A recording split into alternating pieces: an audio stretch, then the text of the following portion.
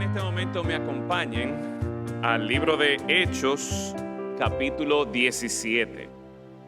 Hechos, capítulo 17. En la mañana de hoy estaremos concluyendo esta serie de mensajes basados en el libro de Hechos, en el que nos hemos estado enfocando en este tema de la resurrección. Y cómo nosotros, como creyentes de Cristo, como discípulos de Cristo, tenemos esta misión de ser testigos de la resurrección del Señor Jesucristo. Pues en esta mañana yo quiero compartir con ustedes este pasaje de Hechos capítulo 17, donde estaremos considerando un último sermón aquí en el libro de Hechos. Hasta ahora hemos visto 3 sermones del apóstol Pedro. En esta mañana vamos a concluir esta serie considerando un sermón del apóstol Pablo, en el que llegamos a una encrucijada.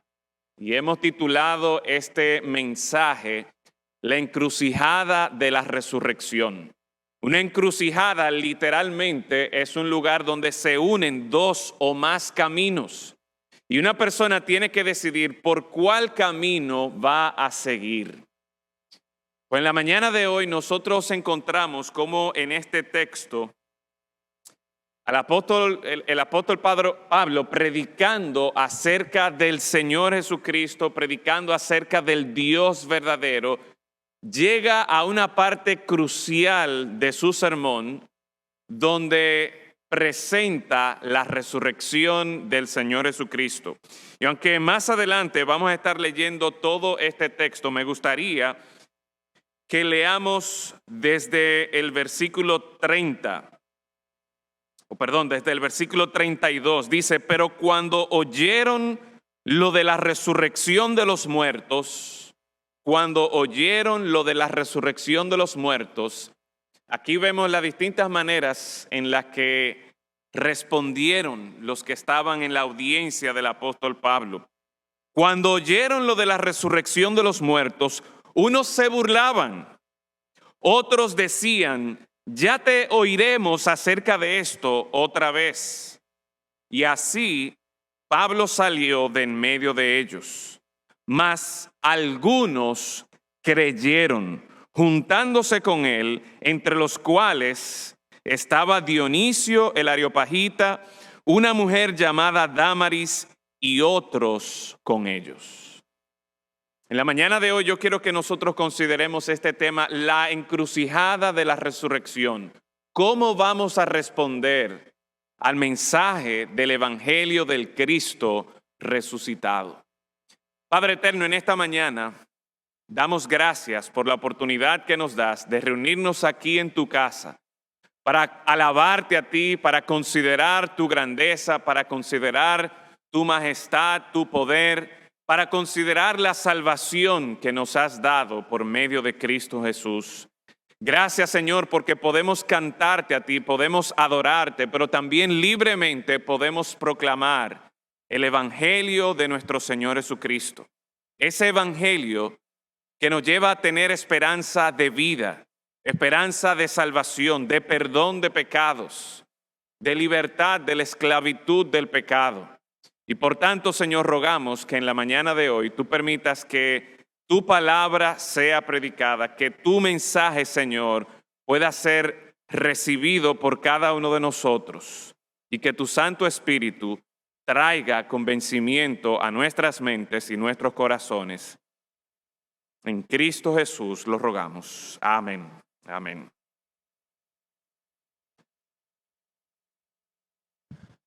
¿Cómo vamos a responder a este mensaje de la resurrección? Hasta ahora nosotros hemos visto 3 sermones en los que se ha estado enfatizando distintos aspectos de cómo la resurrección pues nos lleva a nosotros a considerar el mensaje. Y en primer lugar, si ustedes recuerdan, estuvimos considerando el pasaje de este sermón del apóstol Pedro en Hechos capítulo 2, donde se enfatizaba cómo la resurrección de Cristo es esencial al mensaje del Evangelio. Y estuvimos considerando cómo hay distintas afirmaciones, tanto en el Nuevo Testamento como aún fuera de la Biblia, que nos hablan sobre la resurrección de Cristo. De forma tal que uno no puede escuchar el mensaje del Evangelio de Cristo sin escuchar de la resurrección de Cristo, sin que se nos presente, sin que nosotros consideremos la resurrección de Cristo. En otras palabras, si decimos que creemos en el Evangelio de Cristo, es porque también estamos creyendo que Cristo resucitó de los muertos. Es por medio de la resurrección que Dios muestra su poder definitivo sobre la muerte. Y por lo tanto, al nosotros ver ese poder de Dios manifestado, tenemos ese llamado, ese atractivo para creer y para tener esperanza en Cristo. La misión del Evangelio está ligada, como hemos visto en el libro de Hechos, a ser testigos, no solo del sacrificio de Cristo, no solo de la muerte de Cristo, sino ser testigos también de la resurrección de nuestro Señor Jesucristo. Pero también nosotros estuvimos viendo otro texto en Hechos capítulo 4, donde el apóstol Pedro estuvo predicándole ya no solo al pueblo en general, sino de manera particular a las autoridades religiosas en ese tiempo. Y pudimos considerar cómo ante los ataques y ante el juicio que le estaban haciendo las autoridades religiosas, los apóstoles, una vez más a cargo del apóstol Pedro, esta defensa, él presentaba la evidencia de la resurrección del Señor Jesucristo como lo que le autorizaba a él no solo a predicar el Evangelio de Cristo, sino a hacer los milagros que él estaba haciendo. Los apóstoles fueron perseguidos y fueron llevados a juicio delante de los líderes porque en el capítulo 3 habían sanado a un hombre cojo. Y Pedro aprovechó allí la oportunidad, dirigido por el Señor, para apuntar a toda su audiencia al Señor Jesucristo. Como el Señor Jesucristo, que fue resucitado de los muertos, fue Él el responsable de esta sanación. Fue Él el responsable de la salvación de este hombre cojo. Tanto así que el apóstol Pedro termina esa defensa presentando la resurrección de Cristo como evidencia de que solo en Cristo hay salvación. Y por eso termina su discurso allí diciendo las siguientes palabras: que en ningún otro hay salvación, porque no hay otro nombre bajo el cielo dado a los hombres en que podamos ser salvos. El único que tiene poder para dar vida por cuanto resucitó de los muertos, el único en quien nosotros podemos tener esperanza de salud y de salvación es el Señor Jesucristo.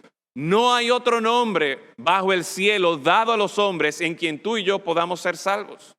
Y por eso este énfasis en dar testimonio de la resurrección del Señor Jesucristo. Pero también vimos en Hechos capítulo 10, cuando el apóstol Pedro le predicó a Cornelio y toda su casa allí, cómo la resurrección de Cristo es la esperanza, no solo de un grupo, no solo de una nación, no solo de los judíos, sino que la resurrección de Cristo es la esperanza de todos los hombres. Cuando Pedro es llamado por el Señor a predicarle a Cornelio y a su familia, él mismo se sorprende, porque él tenía en mente de que no, este es mi Dios, este es el Dios de Israel. Pero por medio de este pasaje nosotros nos damos cuenta cómo Pedro, cómo Cornelio y cómo nosotros podemos aprender claramente de que la salvación no era restringida, no era limitada a una nación, sino que desde el principio la salvación en Cristo Jesús era una salvación, era la esperanza de todos los hombres. El mismo mensaje que se predicó al pueblo judío, a los líderes religiosos, se le predicaría también a los gentiles temerosos de Dios. Y en cada uno de esos escenarios, el apóstol Pedro, la punta de lanza de su mensaje, del evangelio que él está predicando es que Cristo resucitó de los muertos. En el texto que nosotros estamos en esta mañana, en Hechos capítulo 17, nos damos cuenta de que, una vez más, no es a los judíos, no es solo a los líderes piadosos y religiosos, no es solo siquiera a los gentiles temerosos de Dios, sino que a los paganos idólatras, también para ellos es el evangelio. Y una vez más, puede ser que la estrategia para llegar a ellos cambie, como veremos y aprenderemos en la mañana de hoy, pero el mensaje y el poder es el mismo. Cristo resucitó de los muertos. Y eso es lo que hace la diferencia. Mi intención a lo largo de estos 4 mensajes, hermanos, ha sido que nosotros, como discípulos de Cristo, como testigos de la resurrección, tengamos claro el compromiso que debemos tener para llevarlo a los demás, para compartir con los demás. Sí que Cristo murió en la cruz, sí que Él es el sacrificio, sí que Dios nos amó, sí que en Él hay perdón. Pero hermanos, hemos visto por medio de la palabra de Dios que esencial en nuestra presentación del Evangelio está que Cristo resucitó de los muertos. Y es en ese poder sobre la muerte, es en ese poder sobre el pecado que descansa nuestra confianza de vida, nuestra confianza de esperanza. Y por eso nosotros, hermanos, debemos ser intencionales al momento de compartir el Evangelio, de asegurarnos de que estamos también usando esa punta de lanza del Evangelio, que es la resurrección de Cristo. Aquí nosotros encontramos al apóstol Pablo predicándole a una audiencia distinta. Personas que no tenían un trasfondo conociendo el Antiguo Testamento, personas que quizás no habían necesariamente escuchado como aquellos que estaban en Israel quién era Jesucristo, lo que Jesucristo había hecho, cómo Jesucristo había muerto, lo que se decía que había pasado después de la resurrección. Aquí el apóstol Pablo se encuentra en Atenas, en uno de sus viajes misioneros. El libro de Hechos, capítulo 17, este capítulo del cual hemos leído ya algunos versículos, empieza con el apóstol Pablo predicando en Atenas, luego pasa en Tesalónica, luego pasa a Berea, y aquí ahora se encuentra en Atenas. Y si bien es cierto que él tenía la costumbre de que a donde quiera que él iba, él predicaba a los judíos en la sinagoga, nuestro texto en la mañana de hoy se concentra en el mensaje del apóstol Pablo a los paganos idólatras de esta ciudad de Atenas. Y creo que nos servirá a nosotros también como un buen ejemplo al momento de predicar el Evangelio. ¿Cómo nosotros podemos llegar a una cultura, a una audiencia que quizás no tiene el mismo conocimiento que nosotros acerca de quién es Jesucristo, acerca de la palabra de Dios, acerca de las promesas de esperanza en Cristo Jesús? ¿Cómo nosotros podemos compartir? ¿Cómo nosotros podemos ser testigos de la resurrección? En primer lugar, yo quisiera que nosotros consideremos la actitud del testigo de la resurrección. ¿Cómo era la actitud del apóstol Pablo al compartir el Evangelio con estos paganos idólatras en Atenas? Bueno, hay distintas cosas que este texto nos presenta a nosotros, pero yo quisiera que ustedes vean conmigo ahí en el versículo 22. Dice, entonces Pablo, puesto en pie en medio del Areópago, dijo, varones atenienses, en todo observo que sois muy religiosos. Y quiero hacer una pausa aquí para considerar cómo esta parte importante acerca de la actitud del testigo de la resurrección. Este ejemplo que el apóstol Pablo nos da a nosotros para que hoy día nosotros continuemos también siendo testigos de la resurrección de Cristo. Algo que podemos resaltar en este texto es la atención que tenía el apóstol Pablo con su audiencia, lo atento que él estaba. Miren cómo el versículo 22 habla de que en todo observo. En otras palabras, él había dedicado tiempo a observar quiénes eran los atenienses, qué hacían los atenienses. El versículo 23 dice, porque pasando y mirando vuestros santuarios, en otras palabras, él dedicó tiempo a conocer la cultura, a conocer cómo eran ellos, a pasar por donde ellos vivían mirando. Si vamos al versículo 16, miren cómo empieza este texto allí en el versículo 16, cuando Pablo llega a Atenas. Mientras Pablo los esperaba en Atenas, su espíritu se enardecía viendo la ciudad entregada a la idolatría. En otras palabras, Pablo no llegó a Atenas y empezó a predicar inmediatamente sin conocer cómo eran los atenienses. No, el texto toma el tiempo para darnos a entender a nosotros que él vio cómo era la ciudad, él vio la condición pagana, idólatra en la que se encontraba la ciudad. Cuando él empieza a hablar, él les menciona, miren, yo he observado, yo he estado viendo cómo son sus plazas, cómo son sus santuarios, cómo ustedes están viviendo. Y esto, hermanos, debe llevarnos nosotros a considerar la necesidad que nosotros también tenemos de conocer a aquellas personas a quienes les estamos predicando.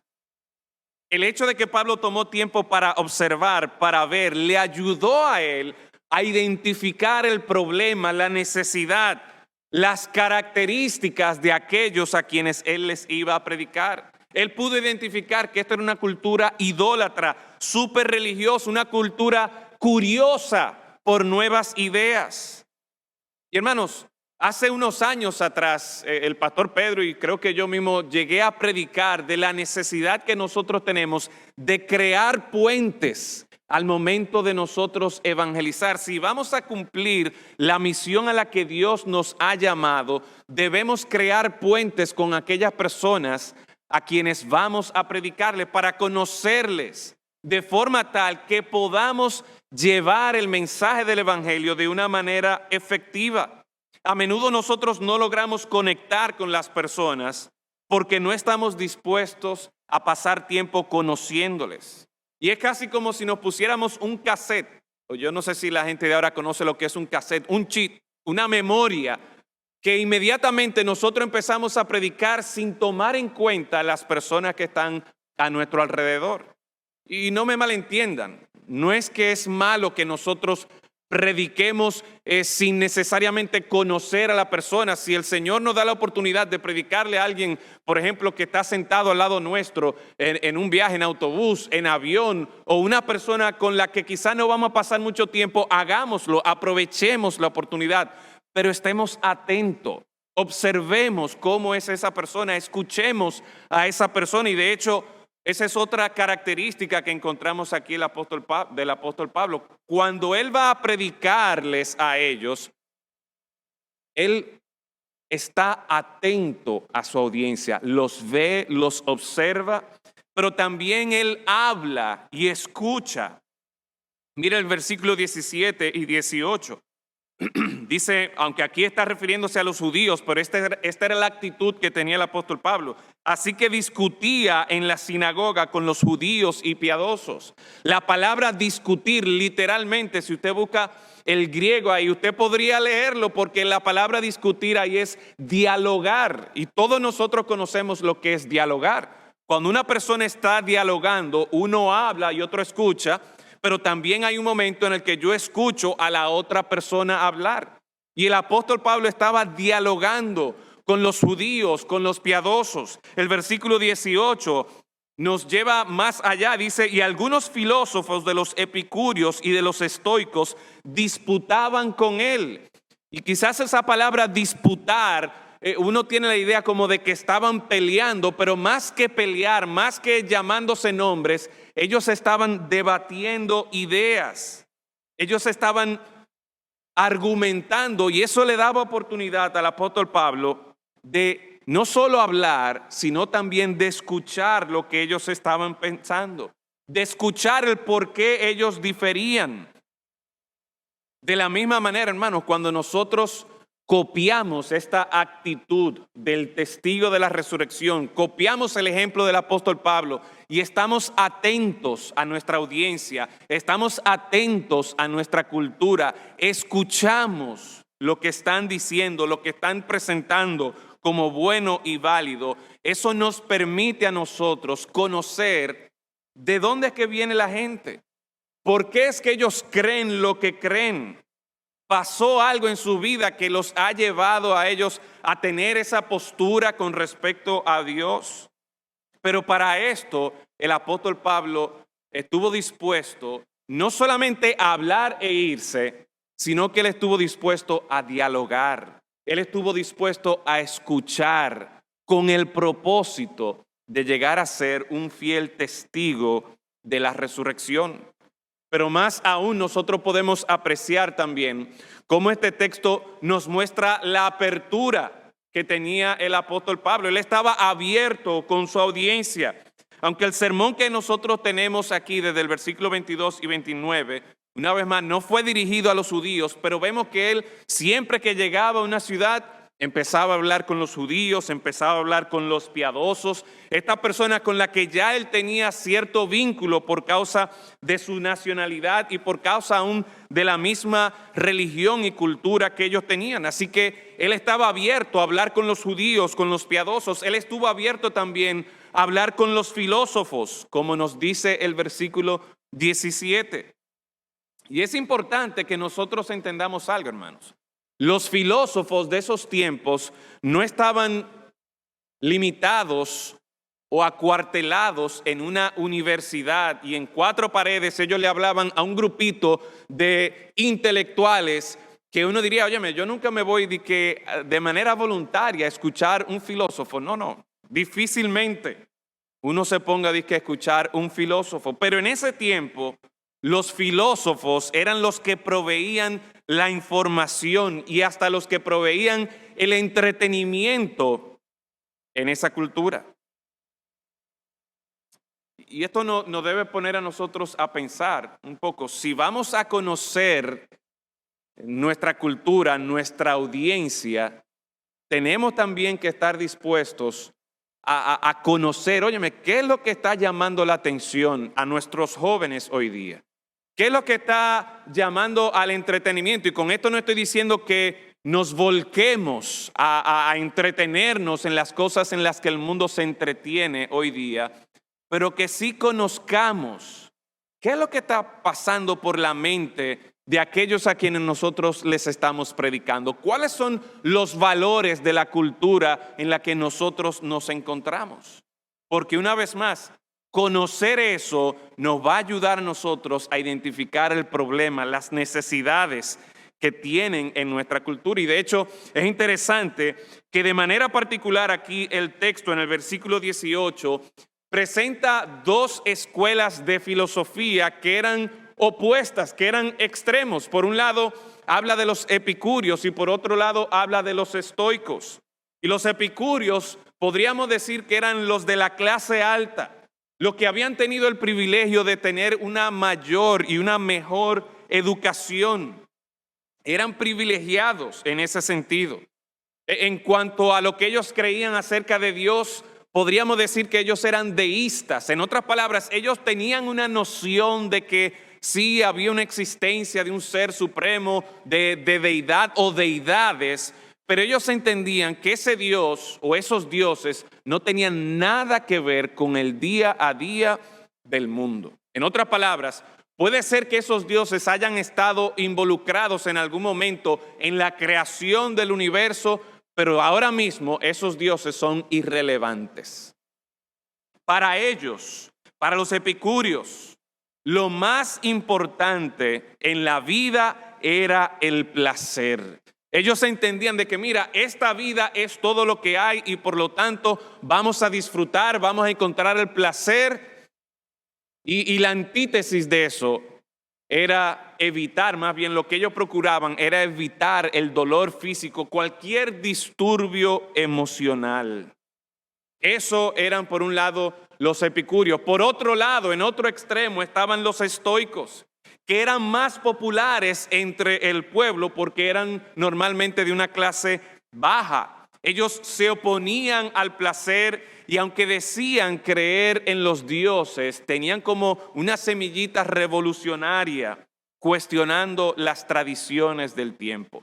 El punto es el siguiente, hermanos. El que Lucas registrara estos nombres de estas escuelas de filosofía, los epicúreos, los estoicos, nos da a nosotros una idea de cómo el apóstol Pablo, al ser testigo de la resurrección, está abarcando todo lo que hay en medio de esto. Y una vez más, él estuvo dispuesto a escucharles, a debatir con ellos, a presentar sus argumentos, pero también a escuchar los argumentos de ellos. Y nosotros, hermanos, estamos abiertos también a escuchar, estamos nosotros abiertos a hablarle a personas que abiertamente están en contra de lo que nosotros creemos.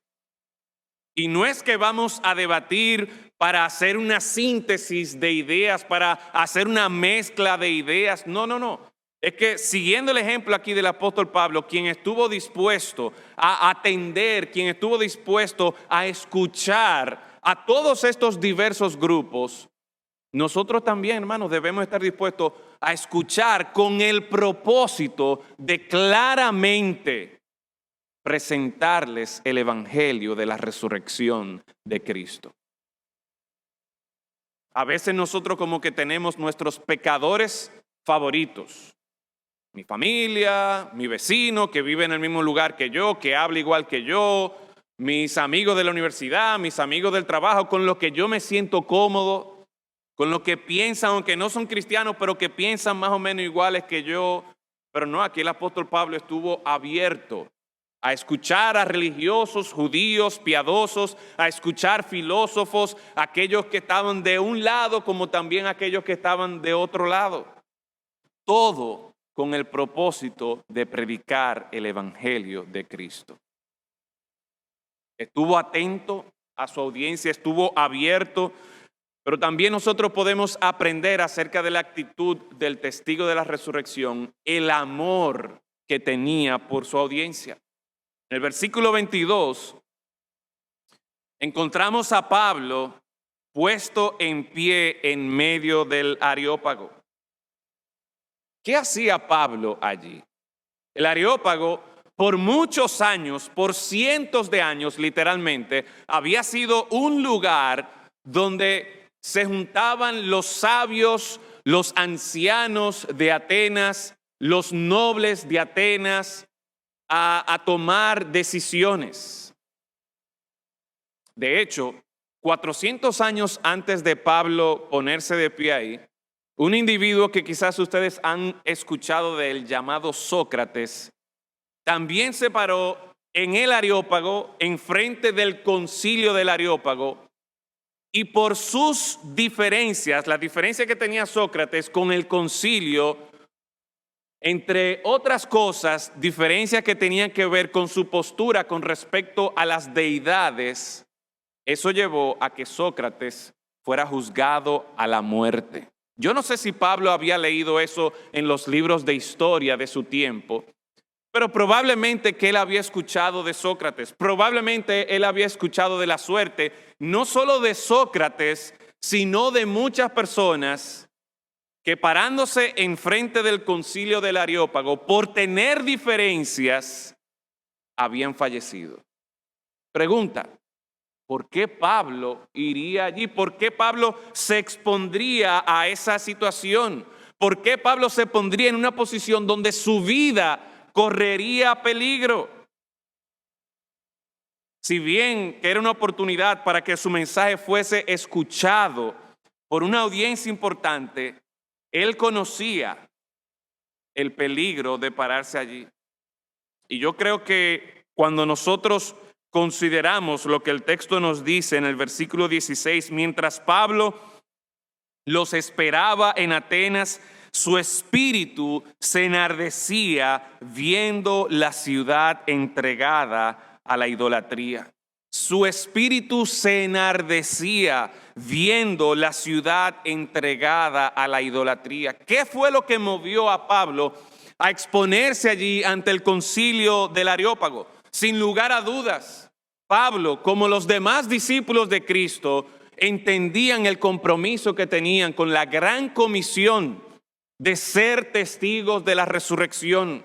En otras palabras, Pablo sabía que él debía aprovechar cualquier oportunidad para dar testimonio del Evangelio de Jesucristo.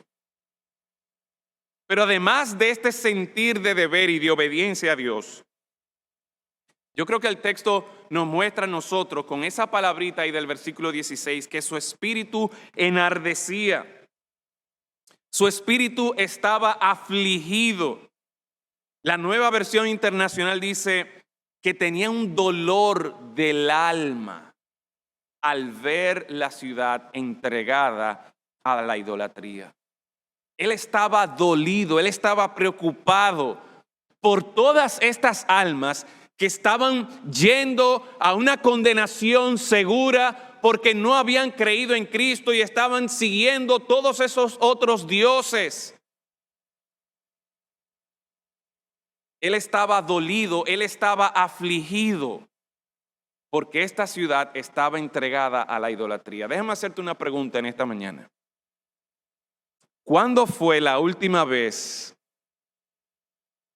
que tú al ver, al escuchar las personas que estaban a tu alrededor, te sentiste afligido? Te sentiste con dolor en tu alma porque tú sabías que si esa persona seguía por la dirección en la que iba a sufrir el juicio y la condenación.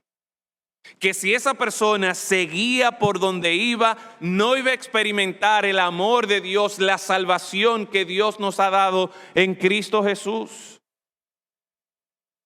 ¿Cuándo fue la última vez que tú te sentiste así, con ese dolor, o poniéndolo de un lado, de un aspecto positivo, con ese amor por las almas perdidas, que te motivara a ti a ponerte en una posición donde en el caso del apóstol Pablo corría en riesgo, en peligro de muerte su propia vida, pero quizás nosotros no estemos en esa posición.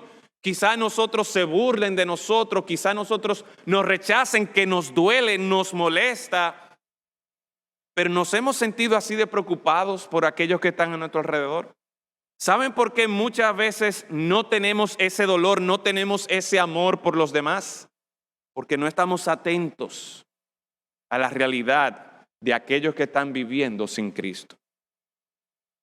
Vamos a los centros comerciales donde hay cientos, donde hay miles de personas y nosotros vamos como van los caballos, ¿verdad? Vamos, yo voy a la tienda donde voy al banco donde tengo que ir, voy a la oficina donde tengo que resolver y me voy por ahí mismo.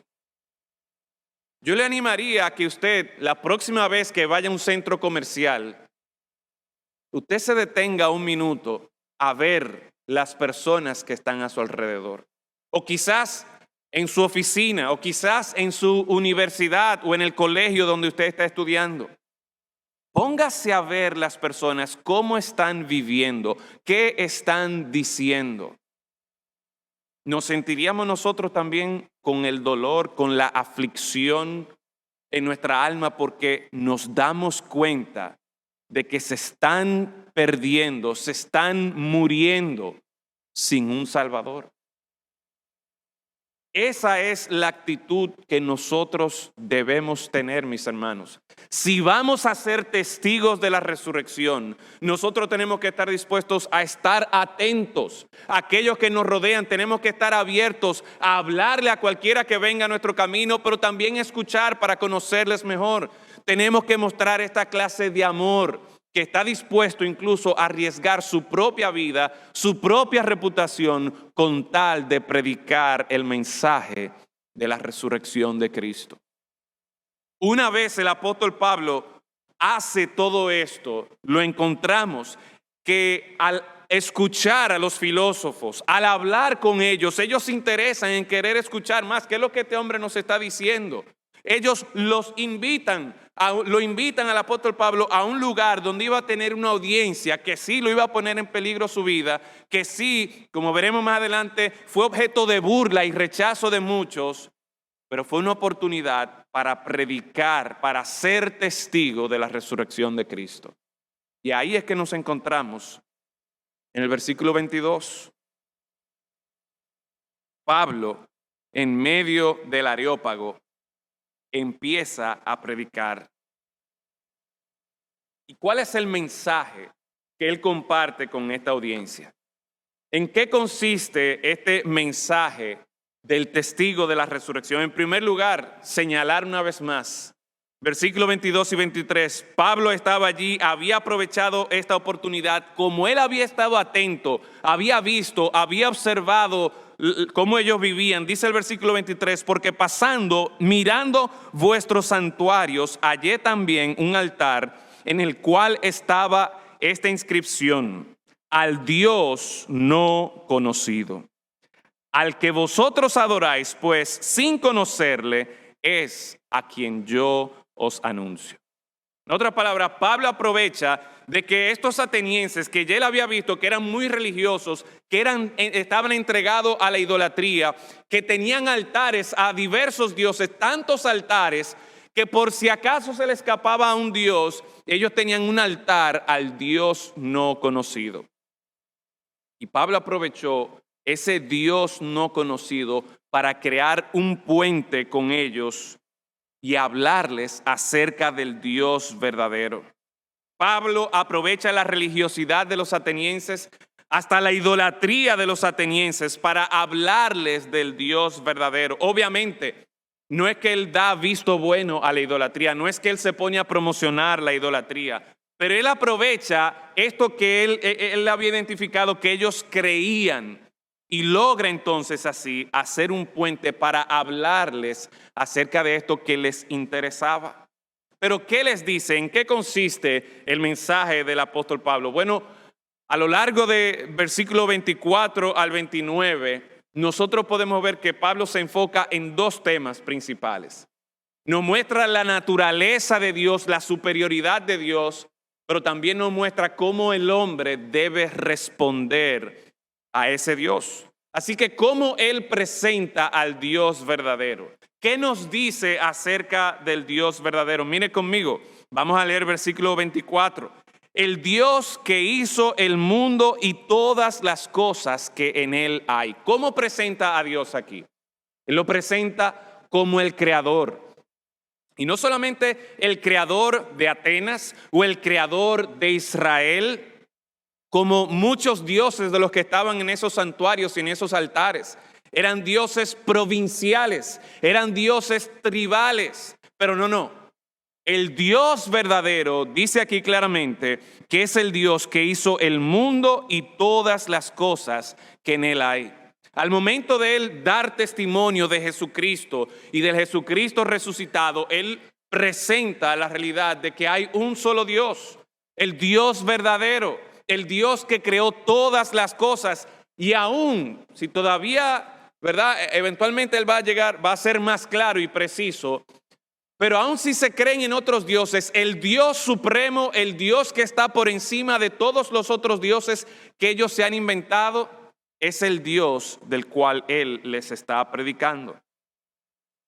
Sigue diciendo versículo 24, siendo Señor del cielo y de la tierra, no habita en templos hechos por manos humanas.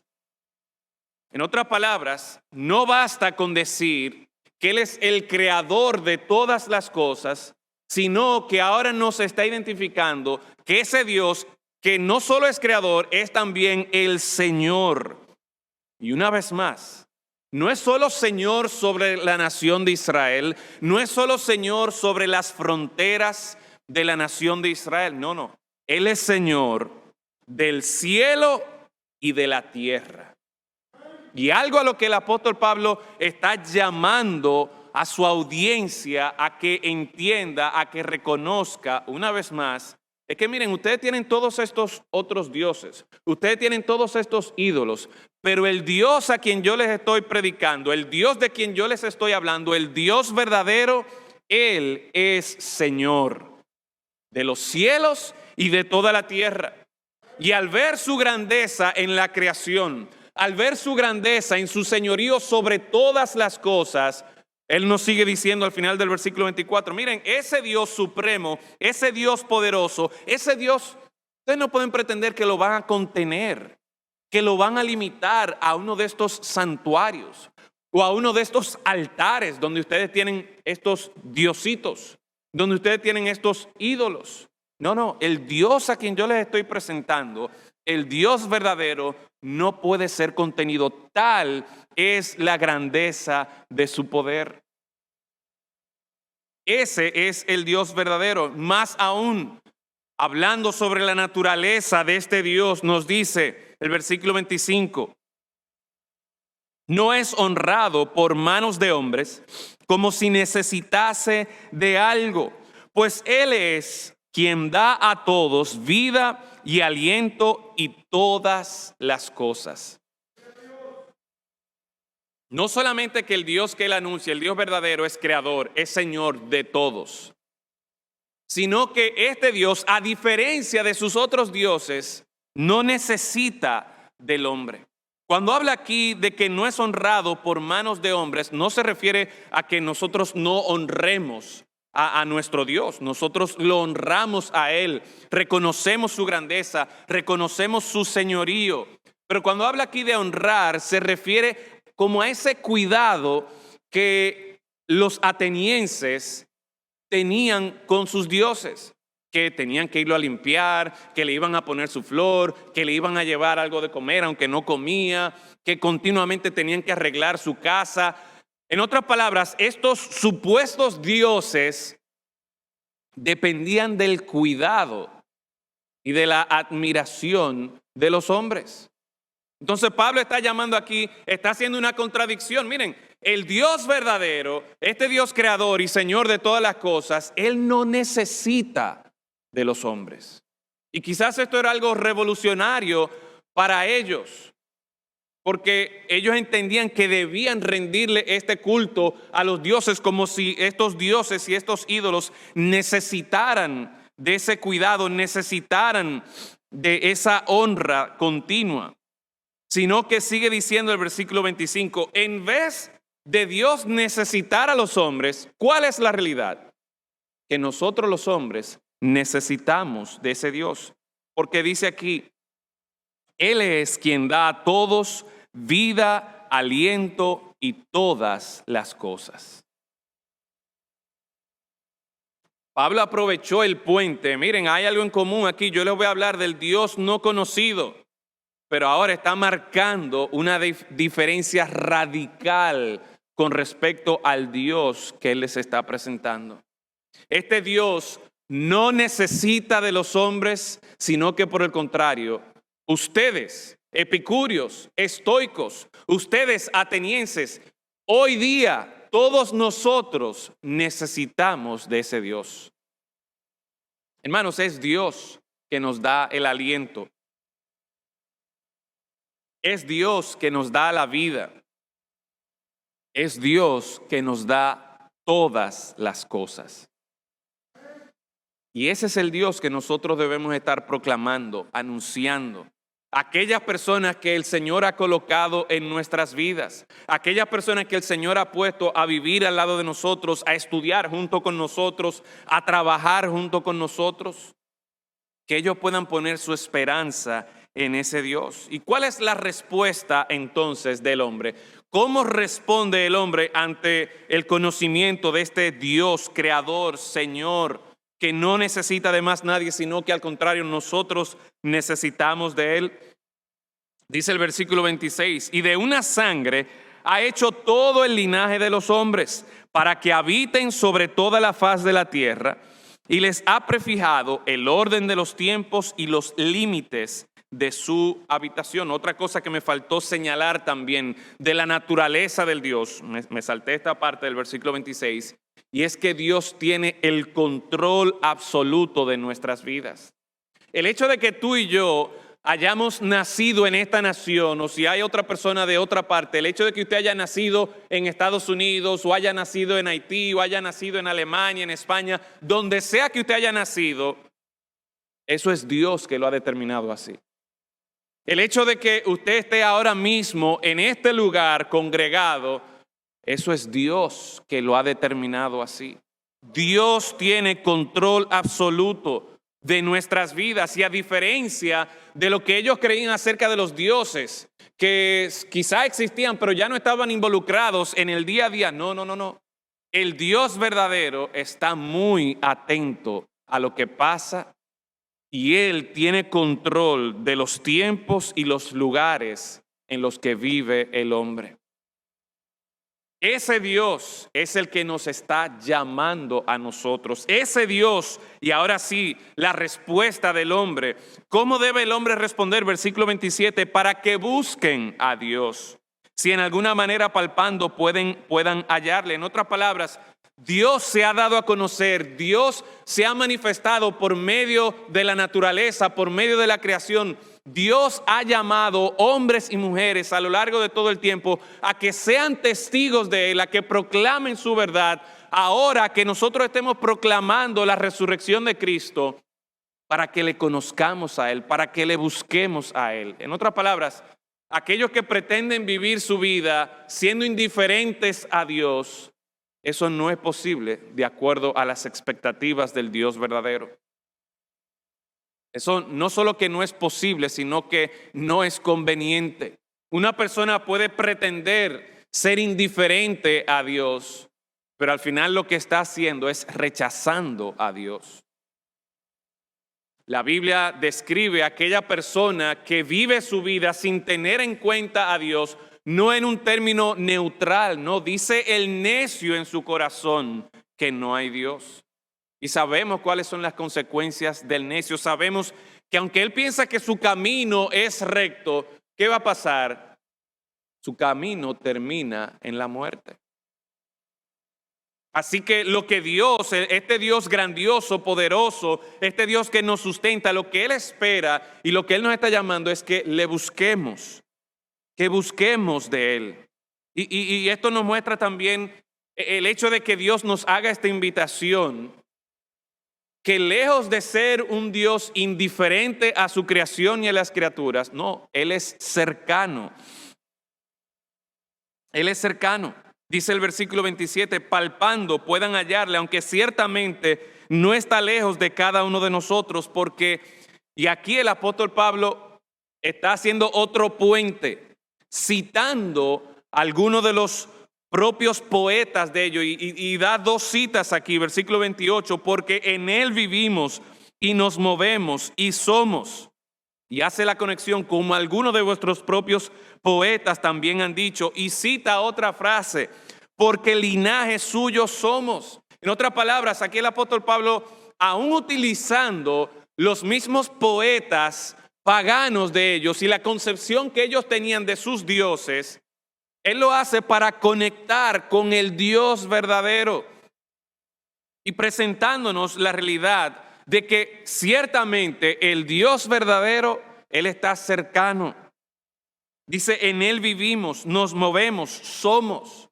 En otras palabras, no es que como algunos panteístas, en otras palabras, que todo es Dios y que Dios es todo, no es que eso no es lo que Pablo está promoviendo aquí de que todo es Dios. No, es que al Dios ser tan inmenso, tan grande, Dios está en todas partes.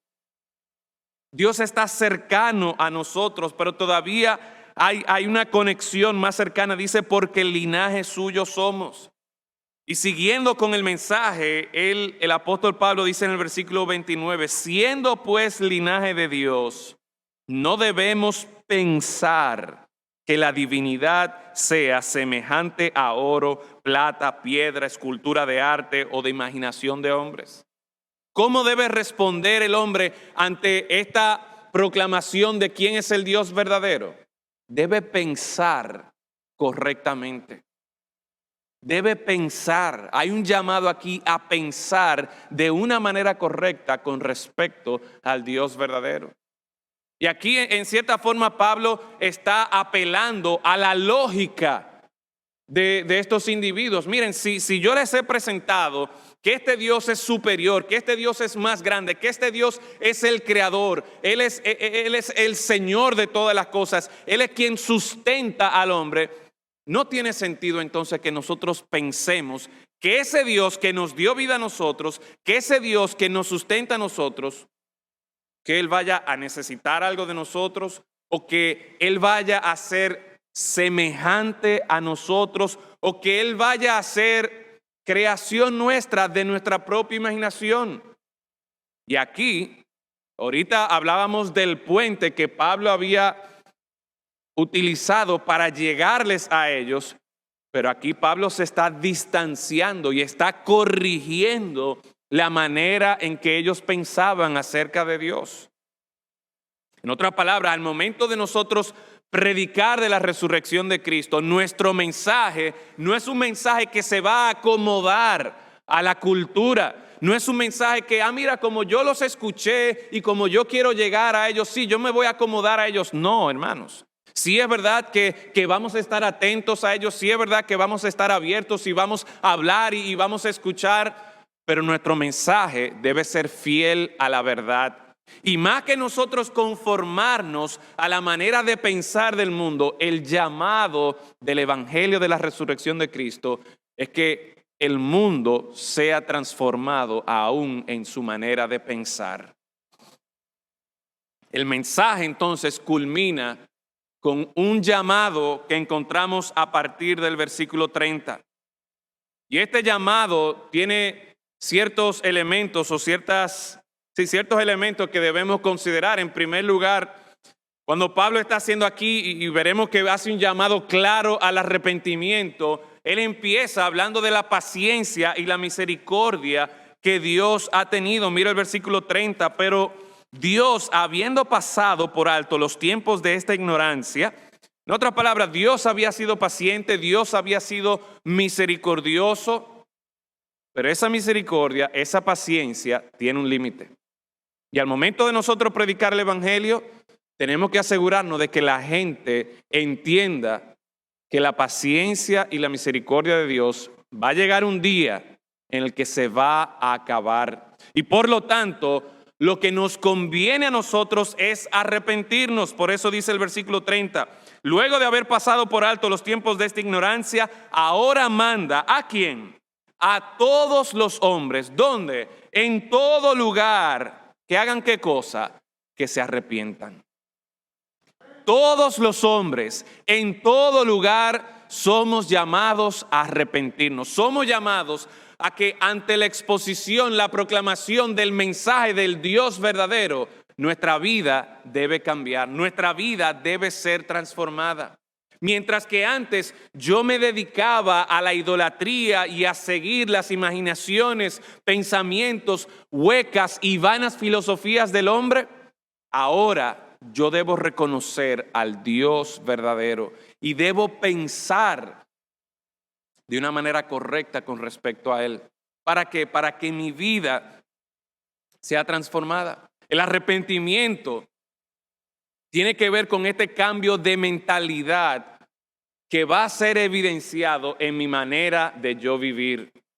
Si para mí antes Dios no existía, o Dios era un accesorio más, o Dios era simplemente una tradición más, yo podía vivir mi vida como a mí me daba la gana.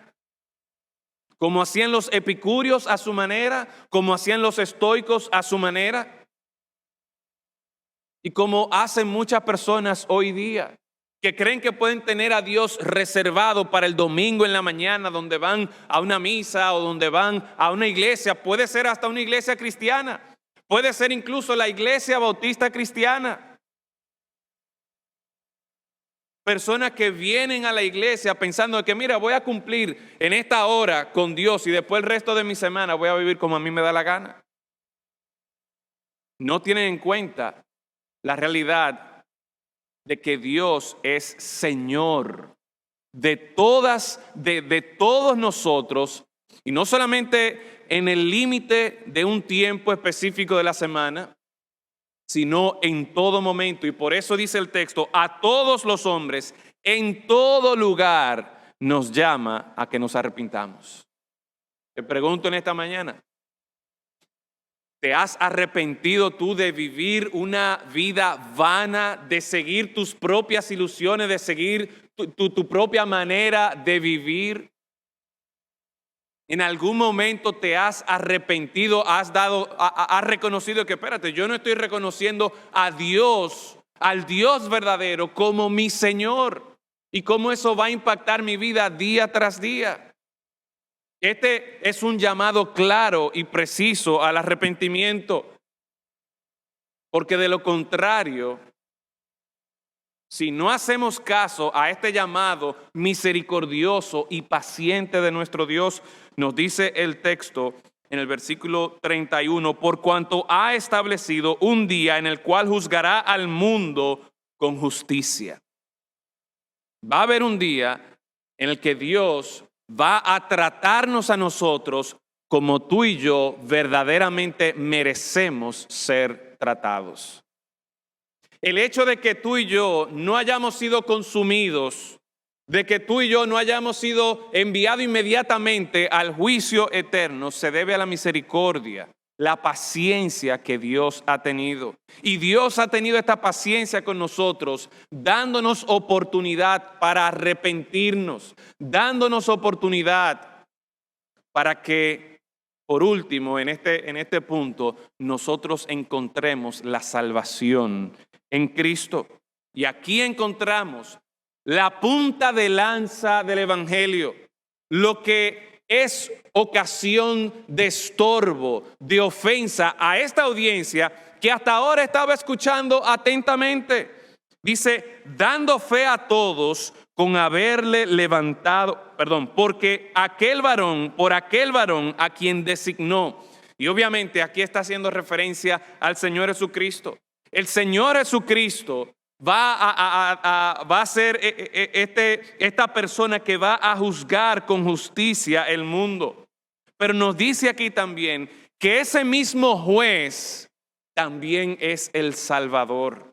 Ese mismo juez también fue aquel que murió por nuestros pecados. Y por la fe en Él, todo aquel que en Él cree puede disfrutar de vida y vida eterna. ¿Por qué? Dando fe a todos con haberle levantado de los muertos. Hasta ahora el mensaje del apóstol Pablo ha sido aceptado, ellos están escuchando atentamente, ellos están escuchando al hablar del Dios creador, del Dios Señor y todas estas cosas, pero llega al punto de la resurrección. ¿Y qué pasó? Versículo 32, cuando oyeron lo de la resurrección de los muertos, eso fue el detonante, eso fue lo que los llevó a ellos a dar una respuesta, eso fue lo que los llevó a ellos a tomar una decisión con respecto al mensaje que Pablo estaba predicando. Y una vez más, mis hermanos, por más extraño que suene hablar de la resurrección de los muertos, y era algo que enfatizaba en el primer sermón. ¿Cuándo fue la última vez que tú y yo escuchamos en la noticia que el Señor tal murió y después de tanto tiempo resucitó? Eso no se escucha. Eso es literalmente raro. Eso es extraño. Pero precisamente en eso que es raro, que es extraño, ahí es que se evidencia el poder de Dios. Y en eso que parece ser extraño y difícil de procesar, en esa verdad descansa nuestra fe. Esa verdad de la resurrección de los muertos fue lo que provocó la ofensa a los atenienses. Al ellos escuchar, al ellos oír de la resurrección de los muertos, entonces aquí llegamos a la encrucijada de la resurrección. Unos cogieron por el camino de que se burlaron y rechazaron el mensaje del apóstol Pablo, el mensaje de la resurrección. Otros decían, ya te oiremos acerca de esto otra vez. Y aquí uno no sabe si fue que efectivamente más adelante ellos los escucharon o quizás fue que ellos dijeron, mira, esto como que suena raro, mejor vamos a dejar eso así, y fueron indiferentes. Pero como decíamos ahorita, si uno piensa que puede ser indiferente, que puede ser neutral, lamentablemente lo que eso indica es que está rechazando este evangelio de la resurrección de Cristo. Hermanos, si el capítulo 17 terminara ahí en el versículo 32, como que sería un poquito desalentador, ¿verdad? Después de esta conexión que hizo el apóstol Pablo con los atenienses y esa manera de usar incluso los mismos poetas de ellos y de tratar de conectar con ellos, que ellos ahora terminen burlándose de él o que ellos ahora terminen siendo indiferentes, óyeme, como que sería un poco desalentador. Pero qué bueno que el texto no termina ahí. Pablo, dice el versículo 33, salió de en medio de ellos. Y dice el versículo 34, que en estos posibles caminos que podían coger, algunos se burlaron, otros fueron indiferentes, mas algunos creyeron. Y gloria a Dios, muchos de nosotros aquí en esta mañana hemos sido de aquellos que hemos decidido creer en ese mensaje de la resurrección. Mas algunos creyeron. En esta mañana nosotros debemos considerar, para terminar, cómo tú y yo vamos a responder a este mensaje de la resurrección de los muertos. Hemos visto en estos 4 mensajes sobre la responsabilidad que tenemos de ser testigos de la resurrección, lo esencial que es la resurrección al evangelio. La esperanza nuestra como creyentes está atada a la resurrección de Cristo. Hemos visto cómo el evangelio de la resurrección puede ser, y ese tema de la resurrección puede ser ofensivo, puede ser motivo de burla, de rechazo, pero la resurrección siempre está en la proclamación del evangelio de Cristo.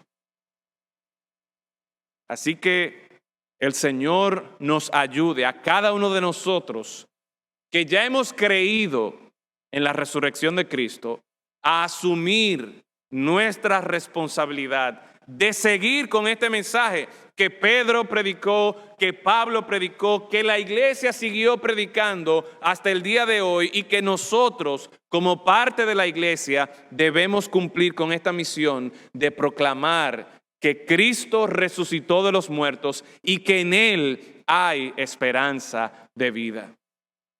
Ese es el llamado que nosotros tenemos, hermanos, a confiar en la verdad de la resurrección de Cristo.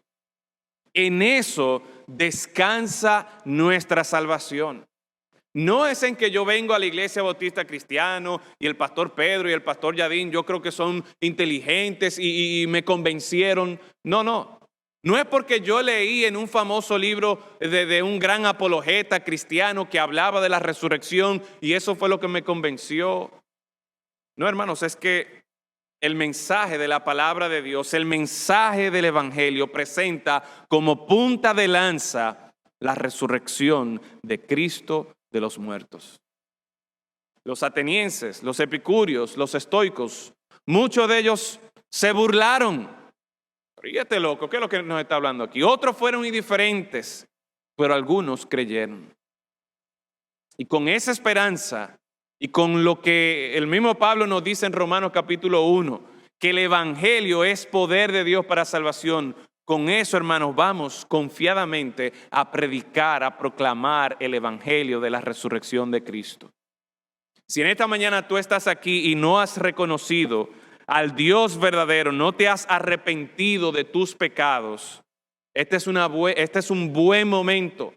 Dios nos llama a todos los hombres, en todo lugar, en cualquier momento, a arrepentirnos y a creer en esa misericordia, esa paciencia que Dios ha tenido con nosotros, para que nos arrepintamos de nuestro pecado y confiemos en Cristo para salvación.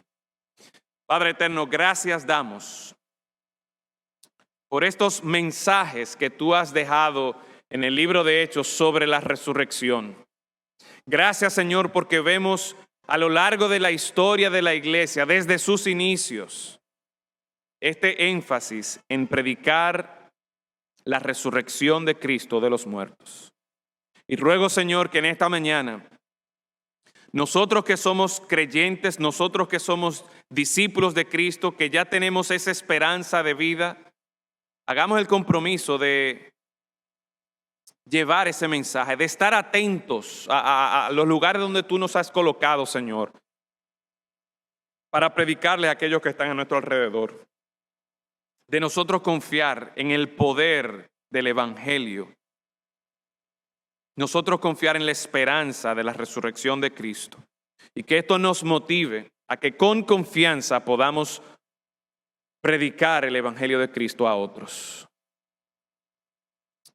Padre, que tu iglesia, que esta iglesia bautista cristiana, cada uno de nosotros que somos ya discípulos de Cristo, nos comprometamos a dar testimonio, a ser testigos de la resurrección de Cristo, para honra y gloria tuya, para que muchos más vengan también al arrepentimiento y al conocimiento de nuestro Salvador.